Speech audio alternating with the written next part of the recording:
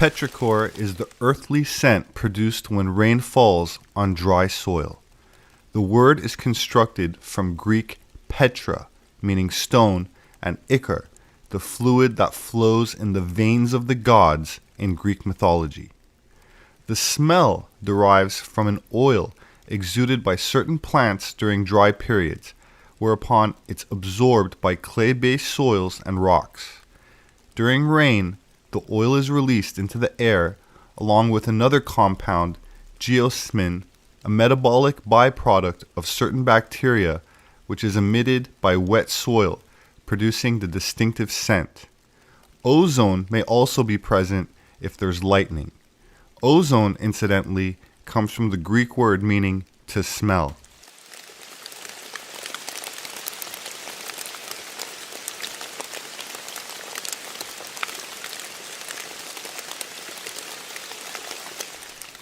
The Greeks proposed the existence of 5 basic elements. Of these, 4 were the physical elements: fire, air, water, and earth, of which the entire world is composed. The 5th element is sometimes called spirit, or ether, or quintessence, which literally means the 5th element in Latin. In traditional Western occult theory, each element also has 2 qualities, and it shares each quality with one other element.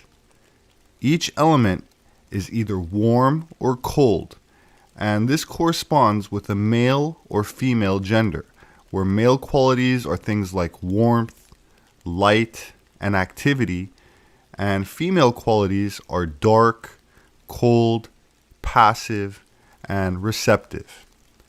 Male, warm elements point upward. Female, cold elements point downward. The element of water traditionally has a strong feminine connection associated with the goddess, with the inverted triangle used to symbolize water and can also be interpreted to symbolize the womb. In the Eastern Tantric tradition, in which women play a very special role, the inverted triangle represents the vulva, or yoni. Personified by the goddess Kali, who bore the title of Kunti or Kunda, root of the similar sounding Indo-European or Aryan word that starts with a C.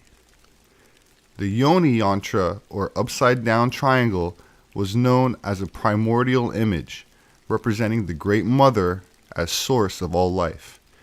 Water can also be represented by a circle with a horizontal crossbar, or by a series of 3 wavy lines. Many cultures feature water spirits as part of their folklore and mythology. To the Greeks, a water spirit known as a Naiad often presided over a spring or stream. The Romans had a similar entity. Water is the element of emotion and the unconscious. The color blue, the moon or Venus, the zodiac signs Cancer, Scorpio, and Pisces, the fall season, the sunset, and the cup or Grail.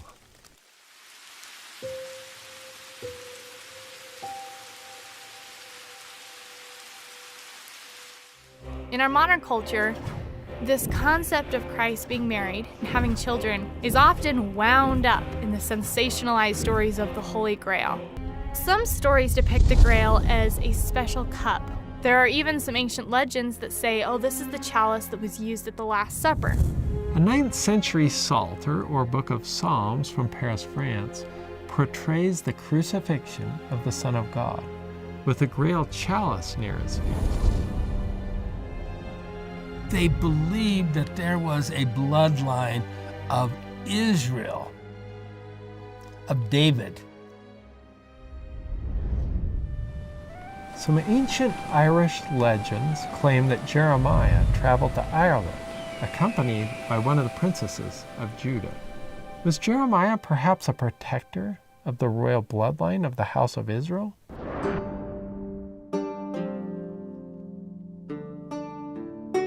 The legends of the Grail are wide and they're varied, and there is a sense of hidden mystery surrounding it. because even the famous stories of King Arthur and his Knights of the Round Table are related. Traditionally, Arthur and some of his knights are claimed as direct descendants of Joseph of Arimathea.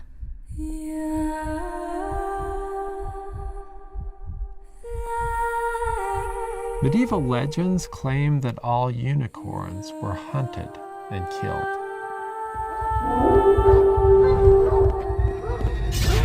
Only a few escaped and went into hiding. Is this an allegorical legend intended to lament the fate of the Lord's children? Were some of his descendants identified and put to death?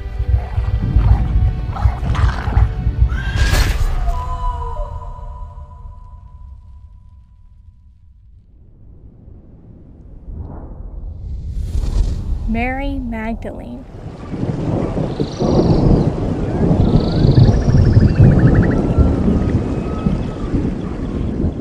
There has been a considerable amount of speculation that the Grail refers to sacred bloodline, where some claim the Grail was originally identified as Saint Grail, meaning holy chalice.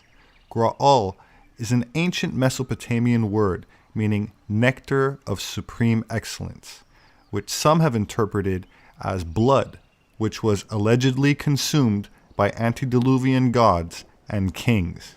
So where some consider the Grail as the chalice containing Jesus' blood collected at the crucifixion, in certain schools of Gnosticism, it is speaking to a messianic bloodline. That said, esoteric interpretations also point to a higher or refined states of consciousness as being the true secret of the mystery of the Grail.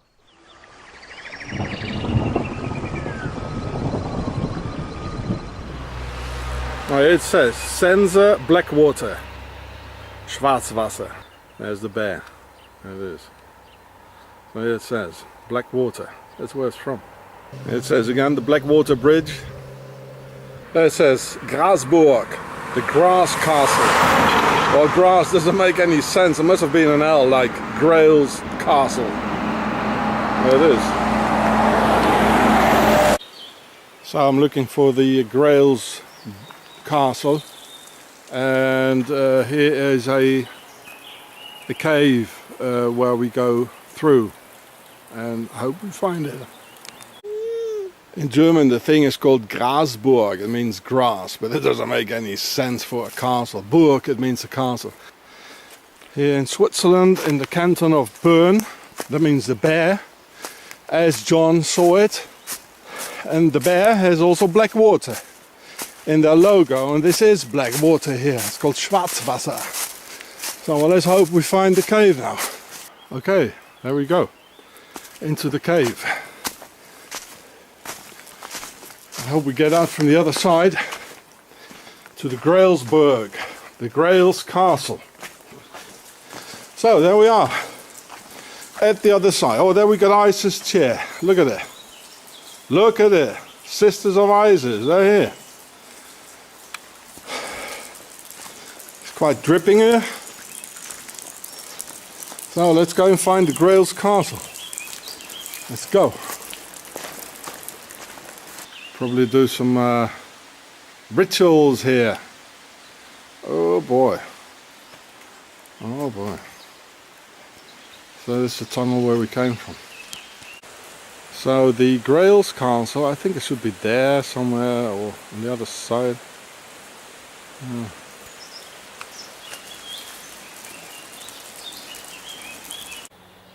Well, there it is, I suppose. There it is. So on the way to the Grailsburg of the of Octagon, the base of the Templars. So on the way to the Grailsburg in Octagon, founded by the Templars. So if this country is founded by the Templars, as it is, then it must be the Grailsburg. They just left out the L to camouflage it, as everything in this country is being camouflaged and hid.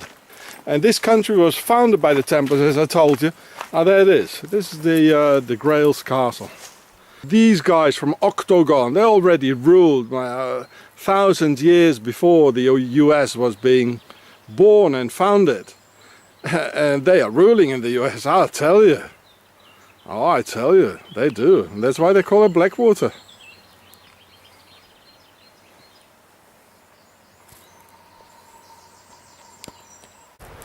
So there's the Blackwater, Schwarzwasser. So here's the Grail's castle there. And this is here's the entrance for hikers. So there it is, Grasberg. That's the situation at 1500. I don't see very much in the LCD screen because of the sun. Here is the history. So it really did start off during the Crusade, or just after the Crusades.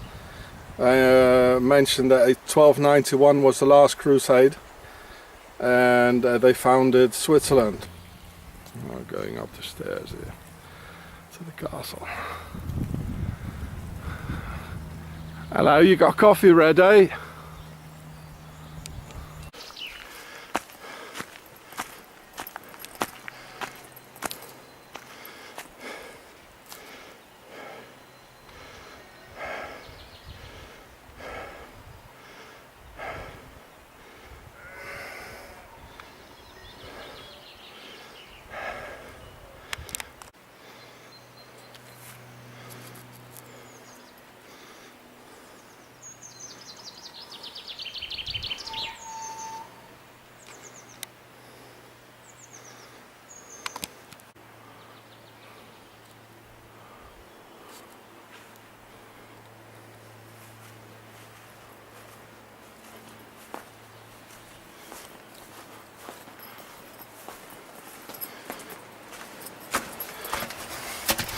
There's water on both sides. Here's the Blackwater. Do you hear it?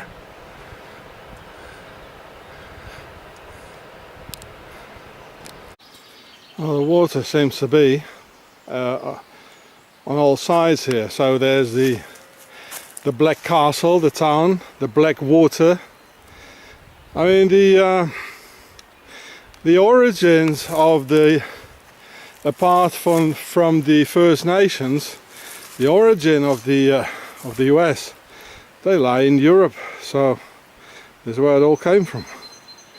And they took their power with them, the structures and their clans, you know. And also the Blackwater clan from Switzerland. Well, there's no doubt about it. It's all here. This is the canton of the Bear. Canton, that means the corner in Latin. There is the Blackwater. It was founded by the Templars, the banks, the Templars' treasure, the Grail's castle. Here's the origin. There's no doubt that this is a Templars' castle. It was built by the Templars. There's no doubt. It's all here, folks. At the other end of the Grail's castle. There's some more water here. And the Blackwater.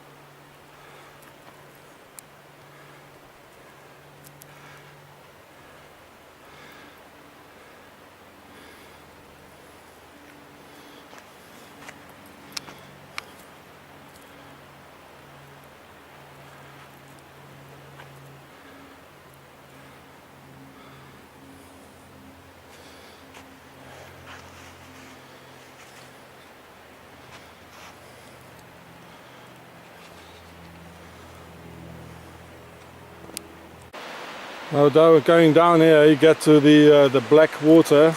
Oh, it is. This is the Blackwater. Schwarzwasser. In the canton of Bern, of the Bear. What John saw. This is Octagon, this is Blackwater. And this is where the name derived from. Don't be mistaken. The Nazi Templars and Octagon, they rule over the Pentagon. Black water. Looks green to me. Now let's have a look at the town of the Black Castle, Schwarzenburg. So next to the Black Water, the Black Knights, the SS, is the Black Castle town. And here's the Grail's castle. Maybe they also call it the Black Castle because there's the Black Water, there's the small town of Schwarzenburg, which is the Black Castle. Maybe that's several. I don't think there's a Black Castle here. And of course, as we know, the word Grail is from Sangreal, and it means the royal blood. So the royal blood came here in the Grail's castle. They just camouflaged it. As in Octagon, they camouflage everything, and then they just smiled through their teeth. So they just came here. Grail means they came here. They settled here. It's just another word for settling, Grail. It's that easy. Phonetically and etymologically, it's interesting to say that the Bernese, different from the other cantons here in Switzerland, even the cantons that speak German or Swiss German, they don't pronounce the L. So the word Gralsburg, or Gralsburg as it used to be in German, would be pronounced here Grausburg, because they don't say the L. So it is then, it could have been an L there, and it just disappeared because they don't pronounce it, the Bernese, the guys with the bear claw as the Blackwater thing.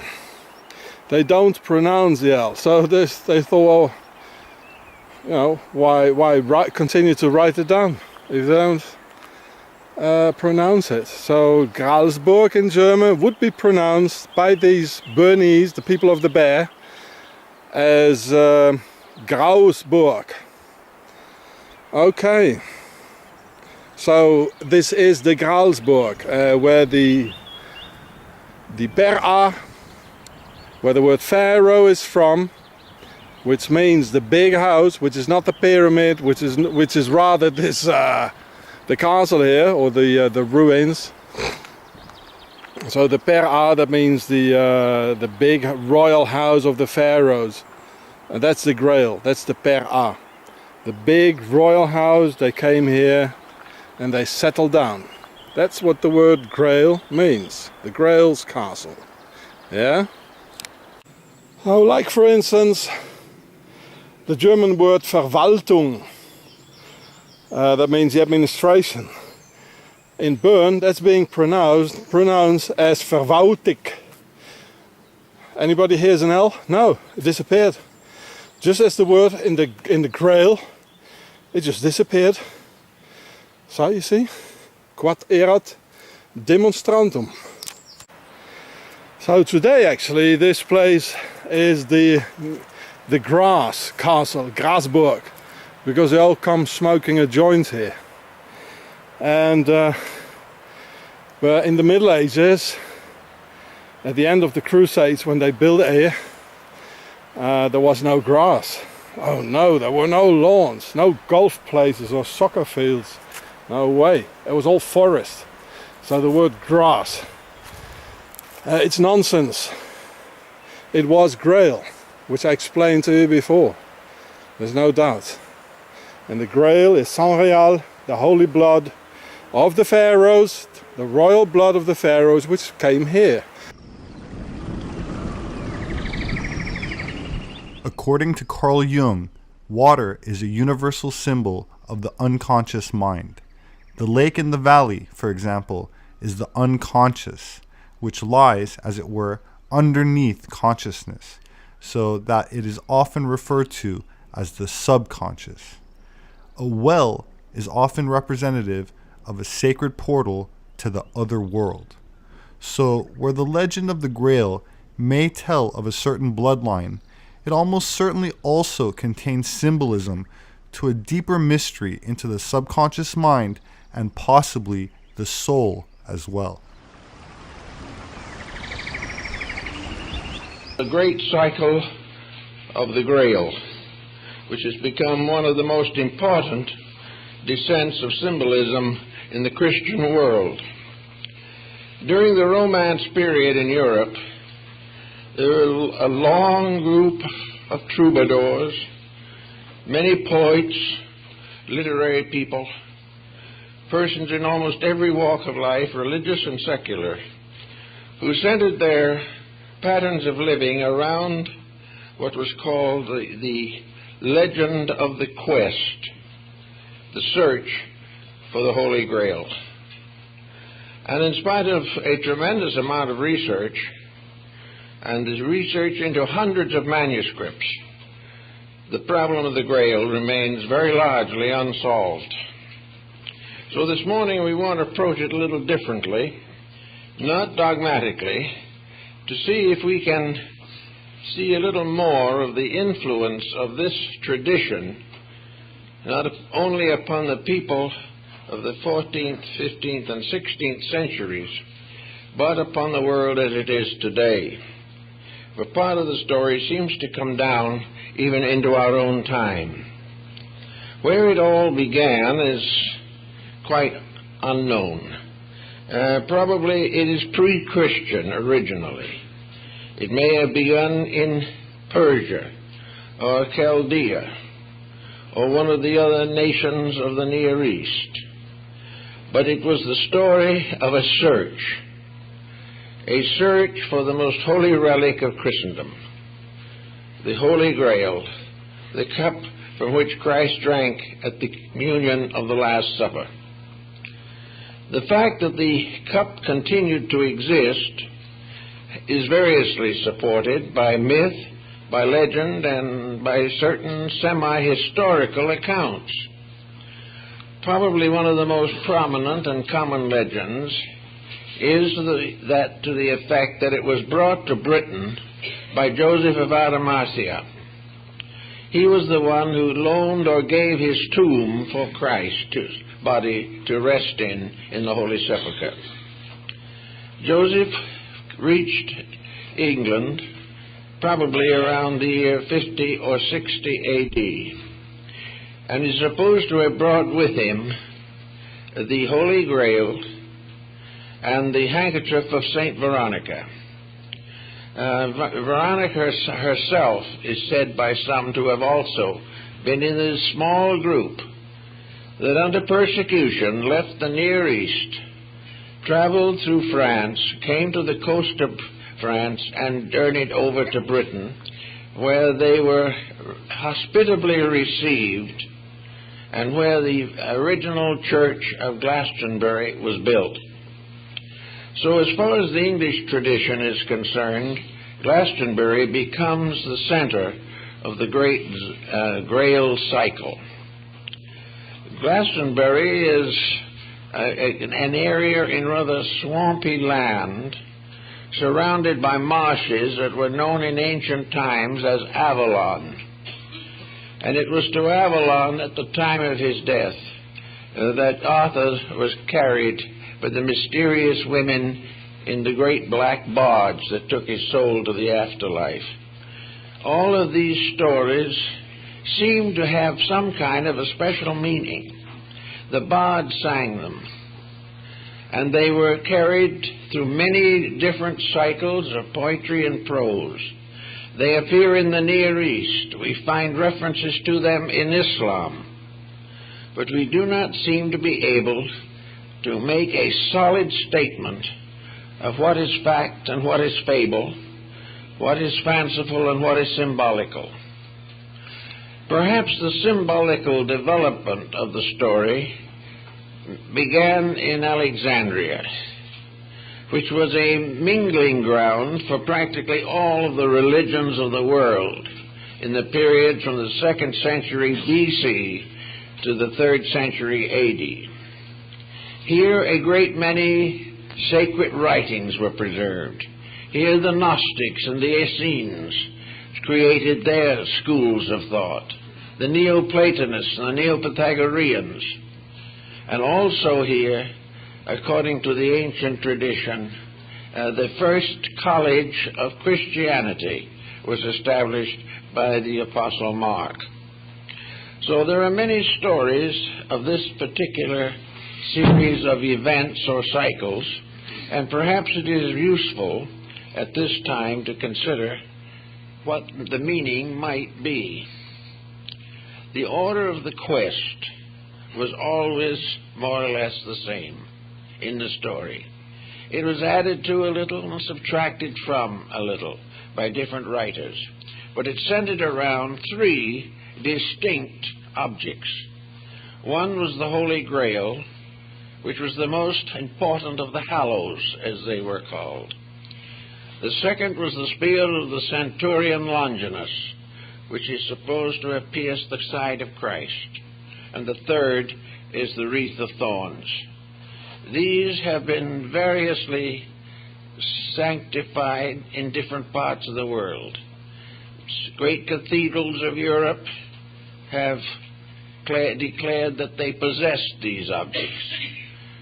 The problem of trying to verify the story is about as difficult as verifying the mystery of the Shroud of Turin. But in the whole picture of it, one point stands out. It is always a search. Every part of the Grail legend, dealing with Galahad, the guileless knight, Parzival, Lohengrin, and many others, these were all seeking for something. They were searching for a vision. And it is said that Parzival and Galahad attained the vision of the Grail. And that after the death of Parzival, the Grail was taken to India, where it was enshrined in the kingdom of Prester John, the Christian emperor of Asia. All legend, all myth. But where in all of these stories is there something very important?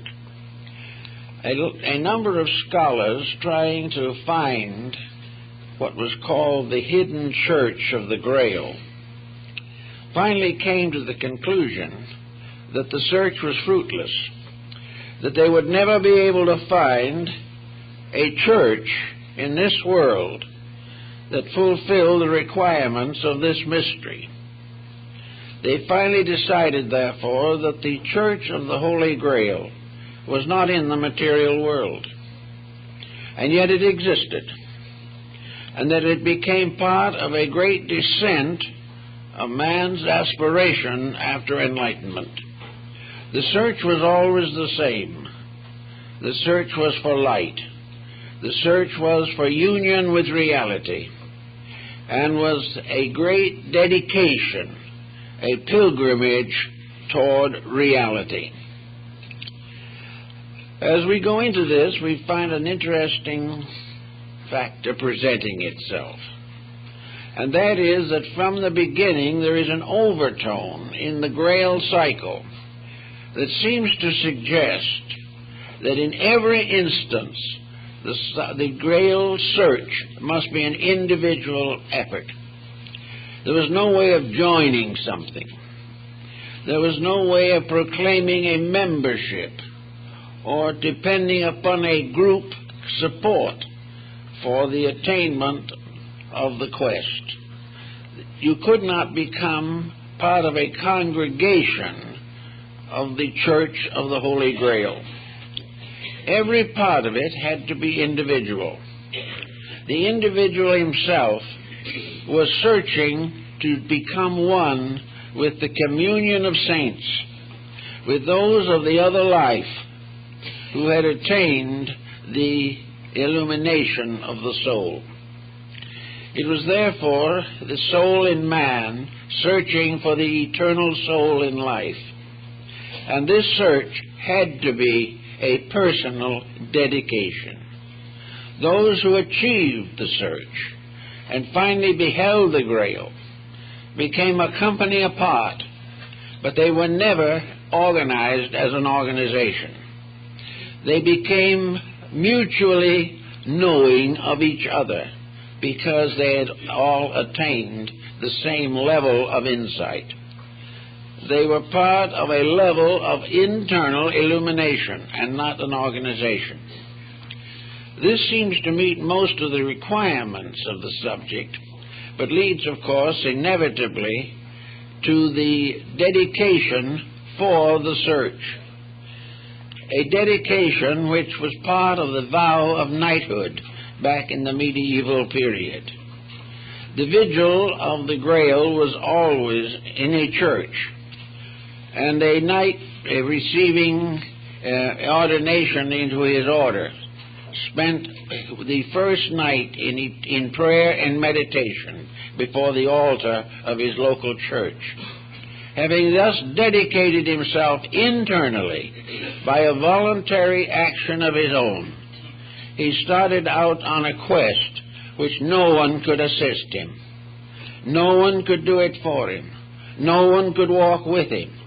No one could prevent him from making mistakes. It was a lonely journey, a journey from illusion to light, from darkness to participation in eternal truth. This actually did affect the rise of the Christian faith in the early medieval period. The Grail cycle, regardless of its origin, which may have been among the mystery schools of Egypt, Asia, North Africa, Greece, all of these countries, but wherever it began, it became a key to the religion that had no physical structure, a religion that was entirely subjective, a religion to which each individual made his own commitment, and having made this commitment, either succeeded or failed, in either case alone. Therefore, perhaps the entire quest of the Grail is best summarized in the words of Plotinus, who observed on occasion that the way to truth was the journey of a lonely person to that which is eternally alone. It was this aloneness that seems to have been the power of the Grail. Each individual had to call entirely upon his own internal resources. He had to train himself, he had to dedicate himself, he had to consecrate himself. He had to master one by one the weaknesses of his own flesh. He had to overcome the pressures and temptations of ambition and avarice. He had to purify his own nature by a vow taken only to the very highest part of himself. He must slowly climb that mountain between his own material nature and the attainment of the enlightenment of his inner soul. It's a very interesting concept, and probably has never been fully explored, except that there are records and indications that certain persons apparently achieved this tremendous dedication. Also, it was twisted into the cycle of alchemy at one time, so that the purification of the metals, the transformation of all that is base into all that is sacred, was the great alchemical transmutation, performed alone by an alchemist in his little laboratory, by prayer and meditation, and on rare occasion by some type of miraculous manifestation.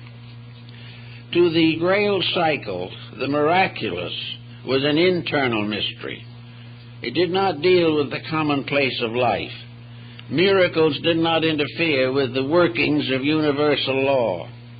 Miracles were inner experiences of attainment, a proof that the reality was nearer than it had been before. The problem of the origin of the Grail, again, has a great many legends associated with it. One legend says that it was carved from the crest jewel of the archangel Lucifer when he fell from heaven. Others say that it was part of the basin of consecration found in the ancient rites of the tabernacle in the wilderness.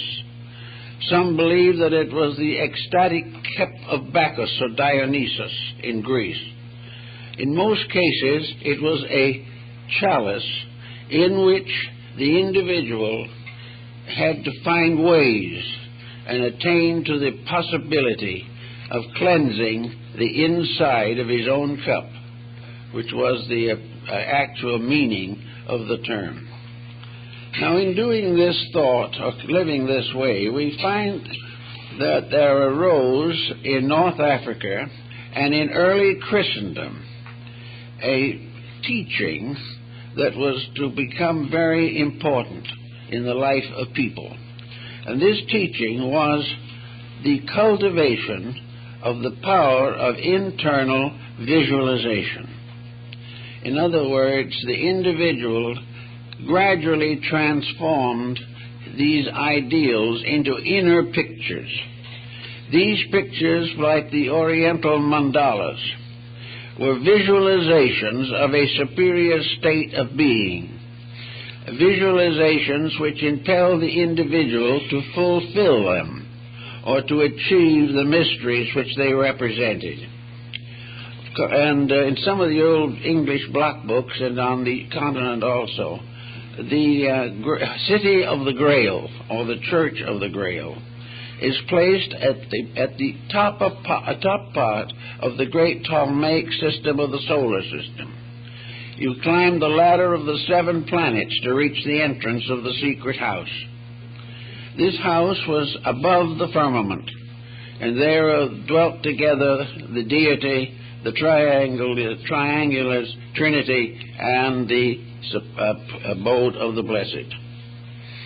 So the whole concept gradually became a series of self-disciplines by means of which the individual sought to remove from his nature all forms of defilement.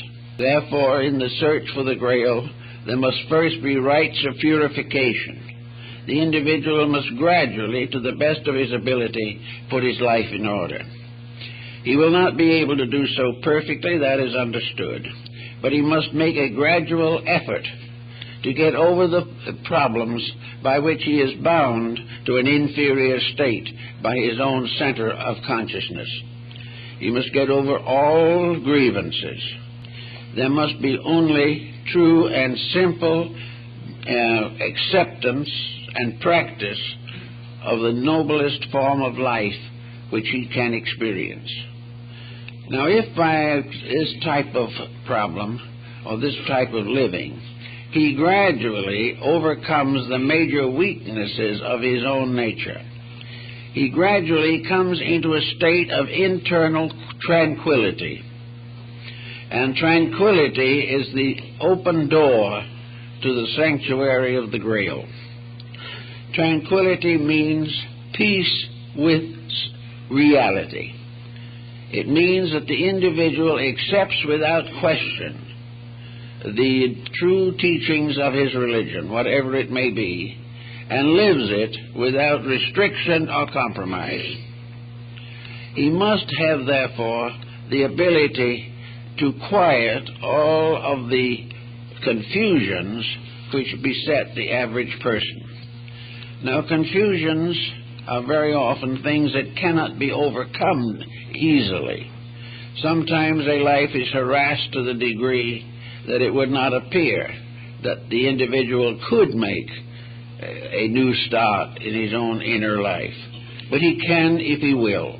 There is never a time in the life of any living thing that has a consciousness in which that consciousness cannot be released constructively. It is a matter of willingness to be dedicated. Assuming that the person achieves this type of dedication, it might be regarded as an order of knighthood. He becomes the first grade of the search for the Grail. And all the knights dedicated their sword handles, which were the form of the cross, to the good fight, the battle to overcome the darkness in self, and to protect the light in others. The Knights of the Garter and so forth were always out protecting people in distress and saving the maiden who was in the hands of the villain. The maiden was the soul, which is always in the hands of the villain until the individual redeems himself. So the knighthood of the Grail began by this proof of courage, proof of integrity. The young knight did not know what he was going to find. He had no promise that he would find it. He was simply told that his hope was only through the conquest of himself, that no one else could help him, and all the prayers in the world could not bring him the peace that he had to earn by the development of his own character. And he might pray for character, but if he did not have the courage to live it, it would not come to him. So having gone through all these problems, and coming finally to the Gnostic quietude, the individual lacks none of the needs of life, but has an inner tranquility in which he lives in this world but not of it. He performs all the duties that are his proper responsibilities in life. All effort to escape responsibility is treason as far as the way of the Grail is concerned. Having come to this point, then, he settles down to the next step of his growth, namely what the Oriental has always known, the meditative arts. When we relax, we have all kinds of negative thoughts. We worry, we're frightened, we're concerned, we're disappointed, we're disillusioned. We think of the people who have mistreated us and how the world is failing us in our needs. So to the person who is not self-disciplined, relaxation and quietude just end in misery, which is what is intended, because there is no way in which we can accomplish the purpose until we are able to see within ourselves that we have conquered these mistaken points of view. So by degrees the individual gains the ability to relax and be quiet. Now this has a sort of an initiation with it, because when you get to this point, you've got to relax and be quiet. The individual must learn the importance of being able to get along with himself, and that his great enemy has always been himself. And until he conquers that, he can go no further. The descent into limbo represents the individual cleaning out his own subconscious with which he has to live. It is either a paradiso or a purgatorio according to how he has trained it. If he is selfish, his internal subconscious isn't worth living with. In fact, it would be very hard to live with it. And yet we go along day by day, failing to realize that we are building a toxic subconscious, that we are building an internal life, and the only way we can escape from it is keep our objective consciousness so busy that we have no time to think about the facts of life. We can only be comfortable, so to say, if we can get our minds off of ourselves. And usually we find some useless way of doing it. For instance, when we can't stand ourselves any longer, we turn on the television, and as a result of that, our punishment is magnified. And as he gradually gets rid of this load of pressures within himself, he begins truly to clean the inside of his own cup. And having attained as far as he can go in this, he will discover that when the inner consciousness of his mind and emotions are at rest, he will for the first time begin to experience the mystery of the invisible source of life. He will discover the teacher self when he is able to overcome the false teachings which he has permitted to overwhelm his life. All these things have to be worked out. by those who are going to seek for the mysterious crusade for the Grail, who are going to search for the cup of eternity. So this brings the individual to the next general feeling. From the purification of himself comes also then the strengthening of his inner realization of deity. After this we come to the truly meditational problem. Having cleansed the heart and mind from all traces of ulterior attitudes, the individual can for the first time come into the state of prayer. Prayer up to that time is just a conversation, usually with the lower part of yourself. But when that part is no longer there, prayer becomes a contact with the highest inspirational levels of consciousness. And because these inspirational levels have the power to perfect or rationalize or make whole all the disasters of the flesh, prayers are answered by the constant increasing of the divine consciousness within the person. Little by little, the divine takes over. And where the divine takes over, there is no longer any need for prayer, because the individual lives constantly in the light of God. So gradually the Church of the Holy Grail concept is the person gradually becoming part of an assemblage of the enlightened. This assemblage of the enlightened we find in the mythology of Egypt and of Greece and of most ancient peoples. Like the mysterious mountain in the tablet of Cebes, the person rises finally to a mysterious and wonderful castle on the top of the mountain. This is the castle of the inner life, the consciousness. This is the castle that is referred to in alchemy as the shut palace of the king. It is the divine acacia, the place of wisdom, love, and veneration. So little by little we climb up and do what in the Buddhist philosophy means that we ascend to the level or degree of bodhisattvahood. So little by little the conquest of self brings with it the only true happiness that exists in this world. And this happiness does not exist completely in this world, because it comes to those who, while they live in this world, have attained an understanding and insight of something higher and more wonderful. Now, the story of the cup, of course, has a series of meanings. The cup is the San Grail, or the Holy Cup, or the Sangre Real, which is the container of the blood of Christ. It also has been represented in various forms.